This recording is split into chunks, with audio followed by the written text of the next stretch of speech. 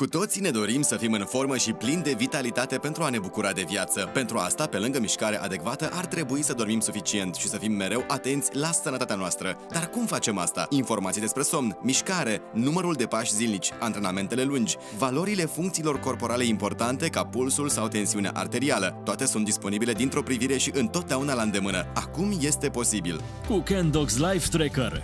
O privire asupra ceasului ca indicator al calității somnului.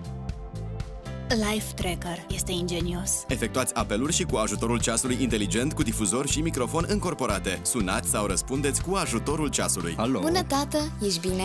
Foarte bine. Vorbesc la telefon cu CanDox Life Tracker.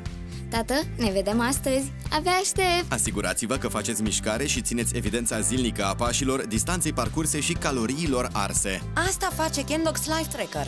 Citiți notificările mesajelor text sau ale activității rețelelor de socializare chiar și atunci când înnotați. Cu CanDox Life Tracker. Adesea nu găsiți telefonul mobil? Găsiți-l cu ajutorul ceasului dumneavoastră. Nu doar că vă arată ora, dar vă găsește și telefonul mobil.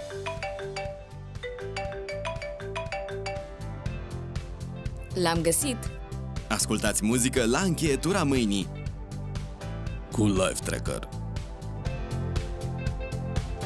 Un ceas cu o lanternă încorporată, un cablu de încărcare magnetic util și o baterie cu o autonomie de până la o săptămână, la un preț absolut imbatabil. Numai CanDox Life Tracker poate face asta. Determinați în orice moment valoarea temperaturii corpului dumneavoastră, astfel încât să știți imediat ce se întâmplă. CanDox Life Tracker poate face asta. Ceasul meu inteligent și scump nu poate face asta. Te-a costat 2500 de lei și nici măcar nu indică temperatura? Dacă v-ați gândit vreodată să vă cumpărați un ceas inteligent, atunci rămâneți cu noi, deoarece CanDox Life Tracker poate face toate acestea, dar și altele, și la un preț absolut imbatabil.